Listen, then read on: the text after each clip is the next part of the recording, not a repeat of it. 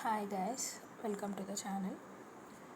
నేనైతే ఈరోజు non conventional sources of ఎనర్జీలో థర్డ్ యూనిట్ చెప్తాం అనుకుంటున్నా. అండ్ ఎక్స్ప్లెనేషన్లోకి వెళ్ళేదానికంటే ముందు నేనైతే ఒక్కటి క్లారిఫై చేద్దాం అనుకుంటున్నా. ఏంటంటే ఈ వీడియో అయితే మీరు బ్లైండ్లీ చూసి ఎగ్జామ్కి వెళ్ళిపోవద్దు. ఖచ్చితంగా ఈ వీడియో చూసినాక మీరైతే ఒక 1 or 2 times మీ నోట్స్ అవన్నీ రిఫర్ చేసుకోండి. అండ్ మోరోవర్ ఇది ఒక ఓవర్వ్యూ వీడియో, అంటే డైరెక్ట్ చదవడానికి ఇంట్రెస్ట్ రాదు ఇట్లాంటి టాపిక్స్. అండ్ మోరోవర్ కొంచెం ఐడియా అయితే ఉండాలి కదా. బేసికల్లీ నేను అన్ని టాపిక్స్ అయితే కవర్ చేశాను అండ్ ఒక ఓవర్వ్యూ అయితే ఇస్తాను. సో డైరెక్ట్లీ వెళ్ళిపోద్దు, ఇదైతే నా కైండ్ రిక్వెస్ట్. సో ఫస్ట్ ఈ థర్డ్ యూనిట్ అనేది కంప్లీట్ బయోమాస్ మీద డిపెండ్ అయి ఉంటుంది. బయోమాస్ అవన్నీ ఏంటో నేను చెప్తా, బట్ ఆల్సో ఇదైతే కంప్లీట్ ఒక్క చిన్న థింగ్ మీదనే డిపెండ్ అయి ఉంటుంది. బయోమాస్ అనేది ఏంటి అని తెలిస్తే కంప్లీట్ లెసన్ రాయొచ్చు, అంత సింపుల్ ఉంటుంది. ఈ సబ్జెక్ట్లో ఈ చాప్టర్ చాలా సింపుల్ ఉంటుంది. సో మనం టాపిక్లోకి వెళ్ళిపోతే, so first biomass is an organic matter from plants, animals and microorganisms grown on land and water and their derivatives. The energy obtained from biomass is called biomass energy. So ఇది మీకు అర్థమైందో లేదో నాకు తెలీదు. So simple ఏంటంటే, for suppose ఇప్పుడు మనము మన garden waste or kitchen waste ఉంటుంది కదా, wet waste or dry waste, whatever it may be, అవన్నీ మనము డీకంపోజ్ చేస్తేనో లేకపోతే వాటిని బర్న్ చేస్తేనో కొన్ని ఎనర్జీ అనేది రిలీజ్ అవుతుంది కదా. ఫస్ట్ థింగ్, ఏది మనం బర్న్ చేసినా ఒక హీట్ ఎనర్జీ అనేది రిలీజ్ అవుతుంది.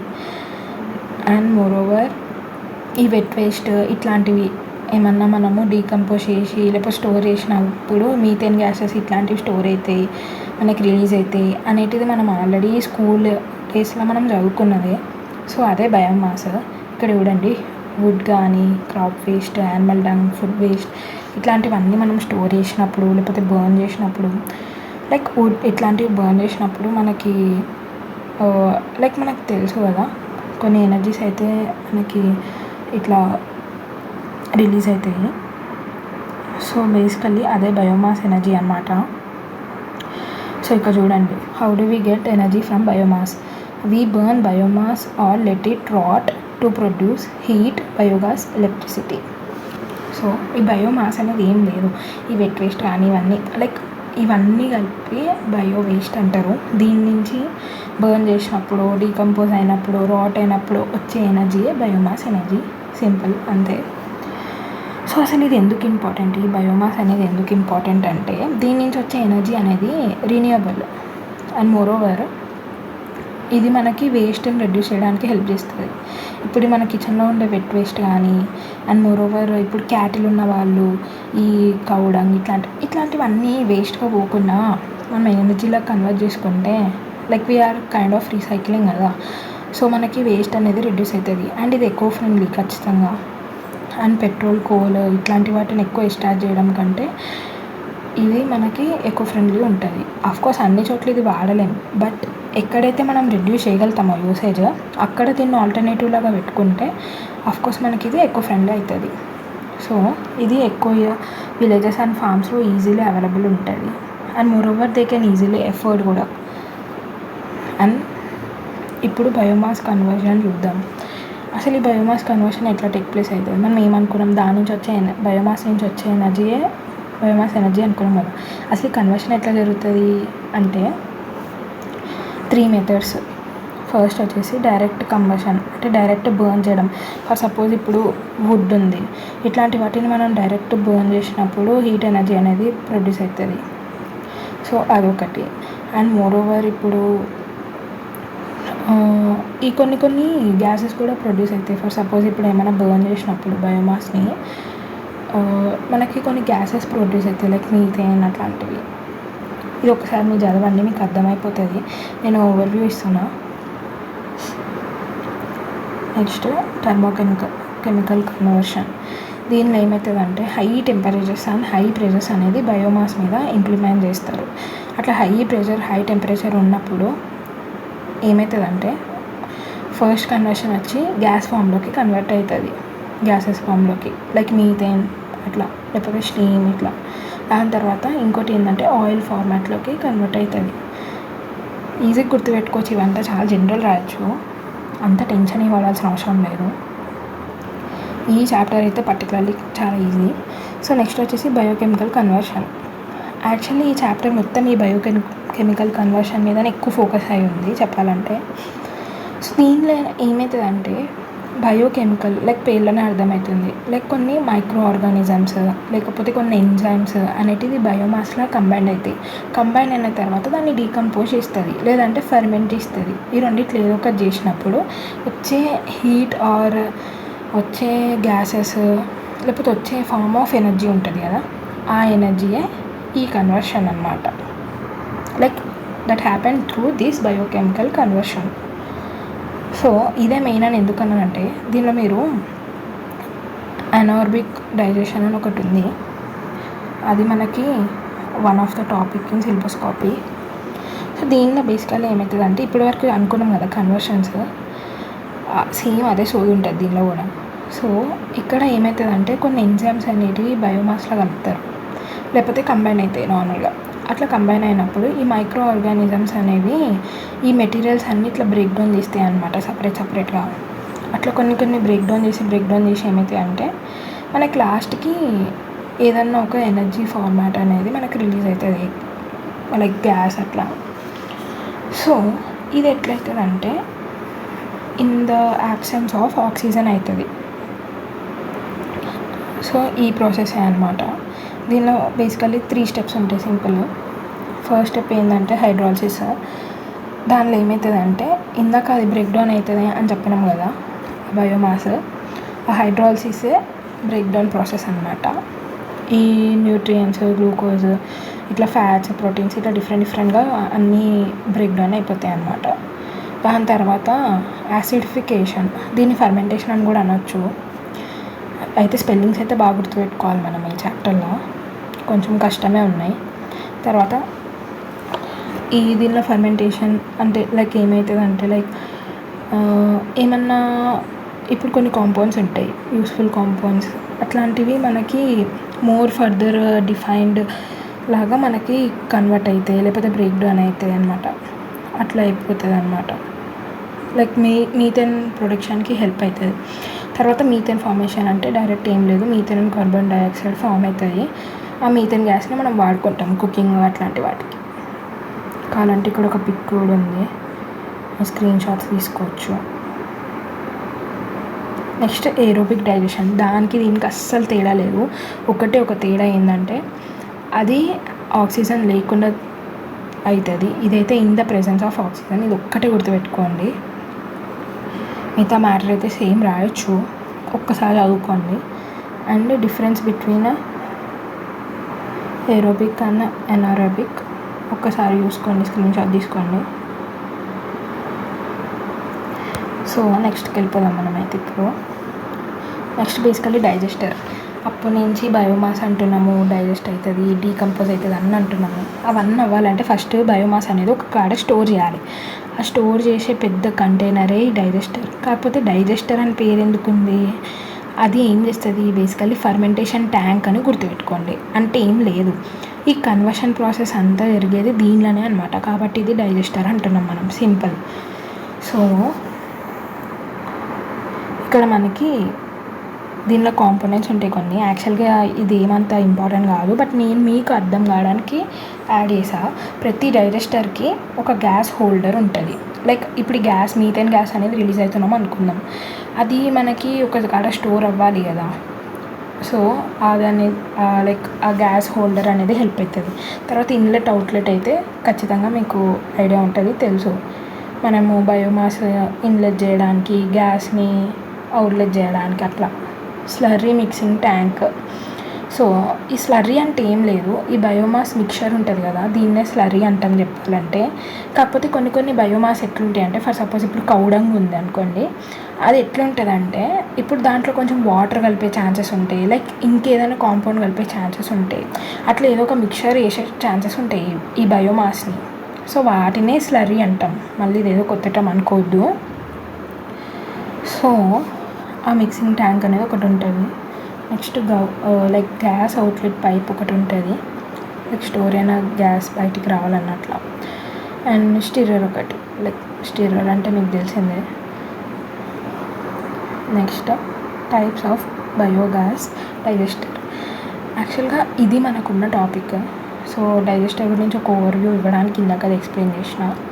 ఫస్ట్ థింగ్ వచ్చేసి ఫ్లోటింగ్ డ్రమ్ టైప్. సో ఈ రెండిటికి తేడా లేదు, floating drum type and fixed dome టైప్కి ఒకటే ఒక తేడా ఉంటుంది, మిగతా ప్రాసెస్ అంతా సేమ్. సో మీరు ఒక్కటి మంచి గుర్తుపెట్టుకుంటే దాని ఆపోజిట్ మిగతా రాయొచ్చు. ఇది అయితే డయాగ్రాము, కావాలంటే స్క్రీన్ షాట్ తీసుకోండి. సో ఇక్కడ ఏమవుతుందంటే ఫస్ట్ ఒక కంటైనర్ ఉంది కదా, డైజెస్టర్ అనేది ఒక కంటైనర్ మనం ముందే అనుకున్నాం. లైక్ ఈ కంటైనర్ అనుకోండి, ఈ కంటైనర్. సో ఇప్పుడు దీంట్లో అనేది మనం బయోమాస్ పెట్టినాం, ఇదంతా డీకంపోజ్ అయ్యి ఫర్ సపోజ్ ఇక్కడంతా గ్యాస్ అనేది రిలీజ్ అవుతుంది. ఓకే, ఇది గ్యాస్ హోల్డర్, గ్యాస్ అంతా దీనిలో స్టోర్ అవుతుంది అన్నమాట. దీనిలో స్టోర్ అవుతుంది. స్టోర్ అయిన తర్వాత మళ్ళీ ఏమవుతుందంటే ఫర్ సపోజ్ ఇక్కడ గ్యాస్ ఎక్కువ పెరుగుతుంది అనుకోండి, ఇది ఇట్లా పైకి వెళ్తుంది. ఈ పర్టికులర్ థింగ్ ఉంది కదా, ఇది ఫ్లోట్ అవుతుంటుంది. బేసికల్ చెప్పాలంటే గాల్లో పైకి కిందకి అవుతుంటుంది. ఇప్పుడు మనకి కింద ఇక్కడ తక్కువ ఉందనుకోండి బయోమాస్, ఇది కిందకు వస్తుంది అన్నమాట, ఇది కిందకు వస్తుంది.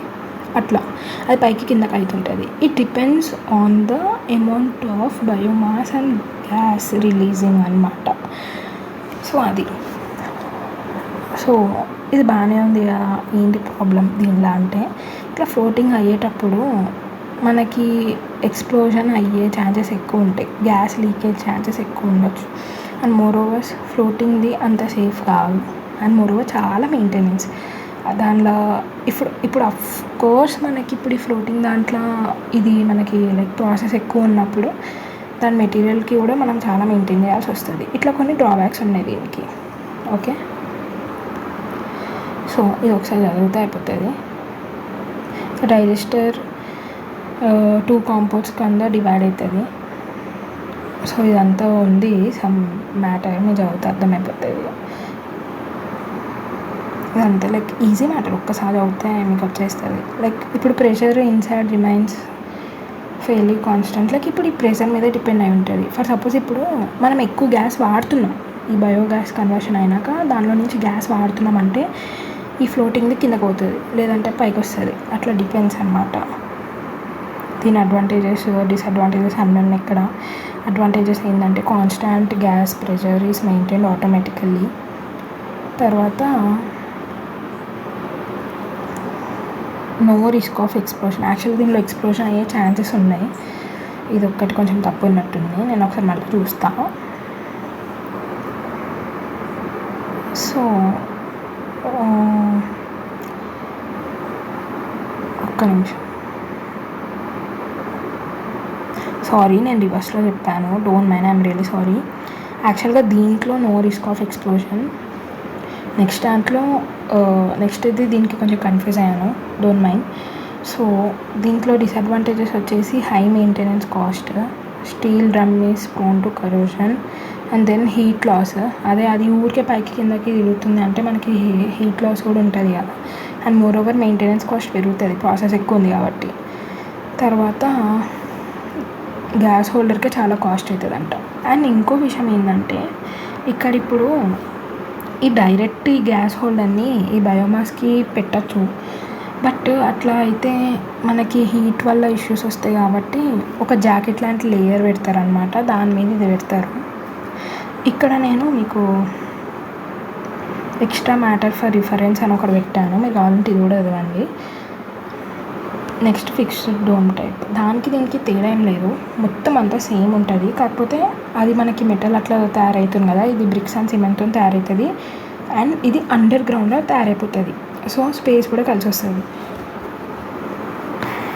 అసలు మెయిన్ తేడా ఏంటి దానిలో అంటే, దానిలో ఇప్పుడు ఫ్లోటింగ్ ఉంది కదా, మనకి ఇక్కడ చూసుకుంటే మొత్తం ఫిక్స్డ్ అనమాట, ఇదంతా ఫిక్స్డ్, లైక్ అంత ఫ్లోటింగ్ లాగా కాదు. ఇప్పుడు ఇక్కడ ఏమవుతుందంటే ఈ బయోమాస్ అనేది మనము స్టోర్ చేసినప్పుడు గ్యాస్ అనేది ఎక్కువ ఫామ్ అయినాక అది ఎక్కువ అయిపోతే ఈ ఓవర్ఫ్లో ట్యాంక్లోకి వెళ్తుంది. ఇక్కడ రైట్ హ్యాండ్ సైడ్ చూడండి ఓవర్ఫ్లో ట్యాంక్లోకి వెళ్తుంది. సో అట్లా ఉంటుంది. లైక్ ఇది ఒక కాన్స్టెంట్ ఉంటుంది, దీనిలో ఏం ఎక్కువ ప్రాసెస్ అవ్వదు, ఏం అవ్వదు. సో దానికి దీనికి తేడా ఇదే. ఓల్డెన్ డేస్లో అది ఉండేది, ఇప్పుడు ఇది ఉంది కాబట్టి ఇది ఎక్కువ ఎఫిషియెంట్ దానికంటే, అంతే, పెద్ద తేడా లేదు. ఈ మ్యాటర్ ఒకసారి చూడండి. అండ్ అడ్వాంటేజెస్ వచ్చేసి low cost construction, long life span, no maintenance of moving parts like in the floating drum, and moreover risk of cracks and gas leaks. And also ఇదేంటి ఇంకా pressure not constant, require skilled masons for construction. ఒకసారి చూసుకోండి సరిపోతుంది. And ఇది extra matter for reference, ఒకసారి go through అవ్వండి.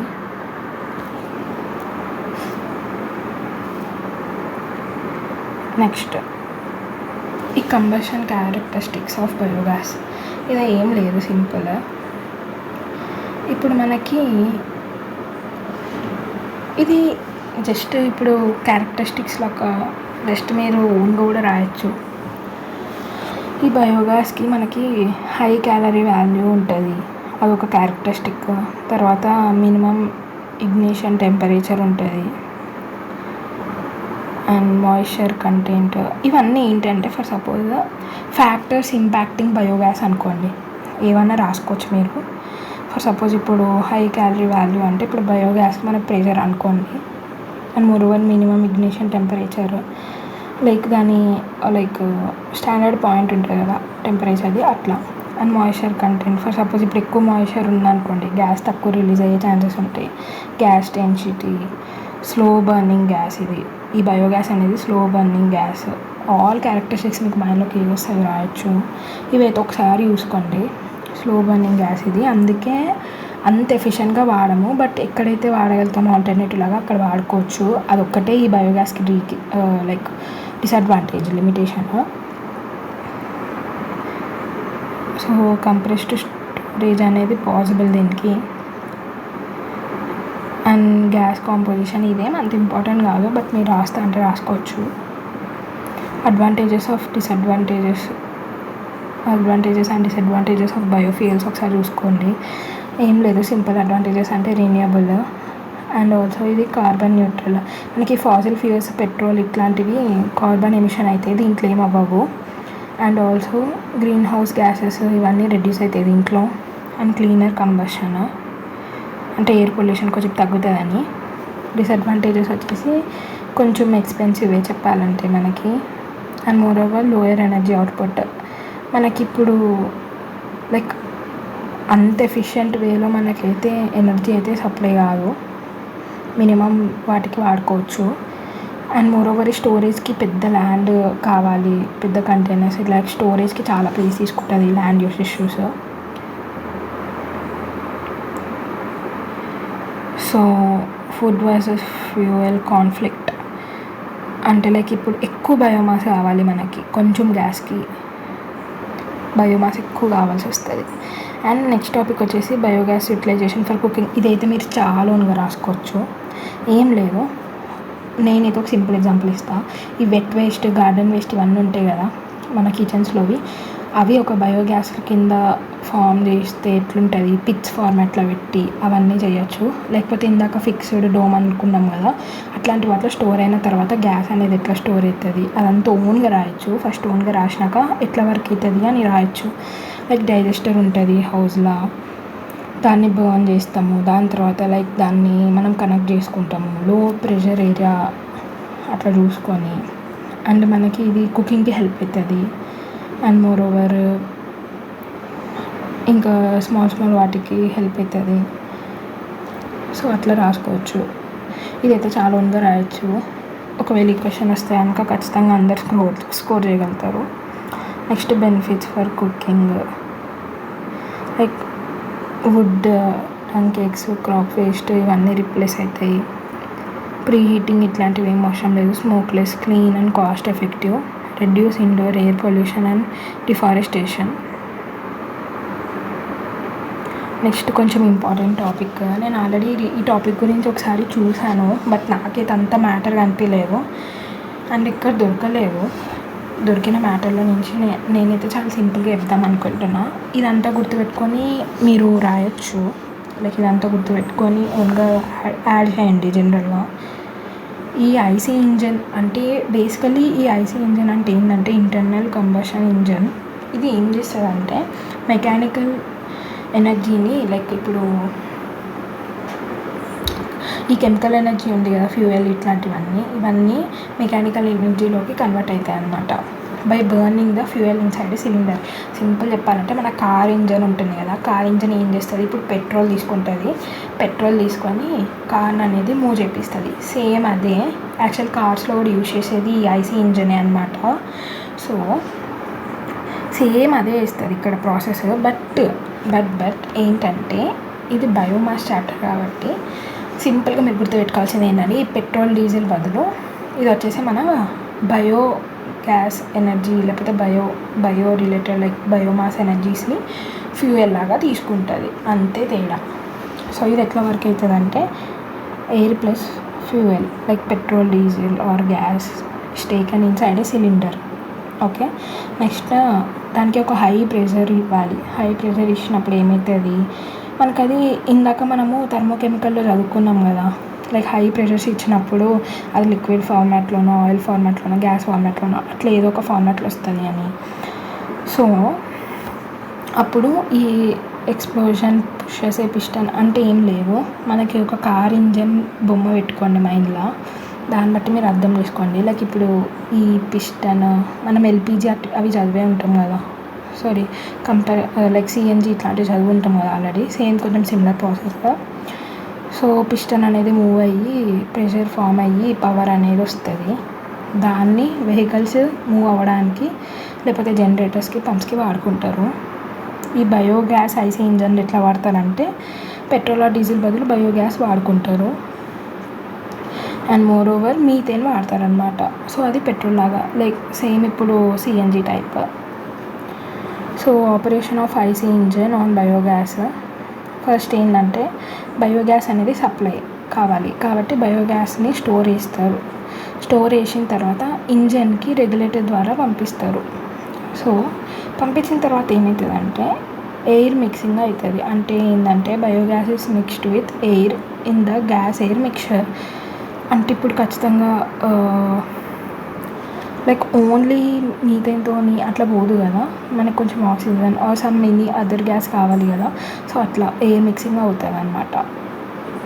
Air mixing అయిన తర్వాత మనకి పవర్ జనరేట్ అవ్వాలి కాబట్టి మనకి ఇక్కడ ఏమవుతుందంటే లైక్ ఎక్కువ ప్రెషర్ ఫామ్ అయ్యి పిస్టన్ అనేది పుష్ అయ్యి పవర్ అనేది జనరేట్ అవుతుంది. తర్వాత పవర్ అవుట్పుట్ అప్పుడు ఏమవుతుందంటే పిస్టన్ మూవ్ అయినప్పుడు ఈ షాఫ్ట్ ఎనర్జీ ఉంటుంది కదా, ఇది మనకి మెకానికల్ పవర్లోకి కన్వర్ట్ అవుతుంది. మెకానికల్ పవర్లోకి కన్వర్ట్ అయినప్పుడు ఈ జనరేటర్స్ వెహికల్స్ కుకింగ్ డివైజెస్ ఇట్లాంటివన్నీ రన్ అవుతాయి అన్నమాట. నెక్స్ట్ ఎగ్జాస్ట్ అంటే లైక్ ఇప్పుడు నార్మల్గా వెహికల్స్ నుంచి మనకు కార్బన్ డైఆక్సైడ్ రిలీజ్ అవుతుంది కదా, సో మిగతా రెసిడ్యూ ఎగ్జాస్ట్ అంతా ఎగ్జాస్ట్ అవుతుంది. అదే మెయిన్. ఒకసారి డయాగ్రామ్ ఏమైనా దొరికితే చూసుకోండి అండ్ ఇది ఒకసారి చదువుకోండి. ఇంకేమన్నా మీరు చాట్‌జీపీటీ హెల్ప్ తీసుకొని కూడా చదువుకోవచ్చు. నాకైతే ఇక్కడ నోట్స్లో అంత దొరకలే matter. So next environmental aspects of biogas. ఇదైతే చాలా సింపుల్, ఏం లేదు, మ్యాటర్ ఏం లేదు. నేను జస్ట్ మీకు ఇంపార్టెంట్ అనిపించినవి నేను పెట్టాను. పాజిటివ్ ఎన్విరాన్మెంటల్ ఇంపాక్ట్స్ ఏంటి, ఫస్ట్ గ్రీన్ హౌస్ గ్యాసెస్ ఎమిషన్స్ని తగ్గిస్తుంది. Next clean and renewable energy and also it reduces deforestation, provides organic fertilizer, waste management, improves indoor air quality. ఇవి ఓన్గా రాయొచ్చు అసలు మీరు. ఎన్విరాన్మెంటల్ ఇంపాక్ట్ అంటే మీకు తెలిసిందే కదా, చాలా ఓన్ టాపిక్. నెక్స్ట్ నెగిటివ్ వచ్చేసి మనకి అన్ని క్లైమేట్స్కి సెట్ కాదు. And also water pollution, like ఇప్పుడు ఆ స్లరీ ఉంది కదా, ఆ స్లరీ మొత్తము మనం ఇప్పుడు దాని నుంచి ఎనర్జీ ఎక్స్ట్రాక్ట్ అయినాక ఇంకా అది ఏడో కాడైతే మనం డీకంపోజ్ చేయాల్సిందే కదా, లైక్ పడేయాల్సిందే కదా. సో అప్పుడు మనకి వాటర్ పొల్యూషనే ఎక్కువ అయ్యే ఛాన్సెస్ ఉంటాయి.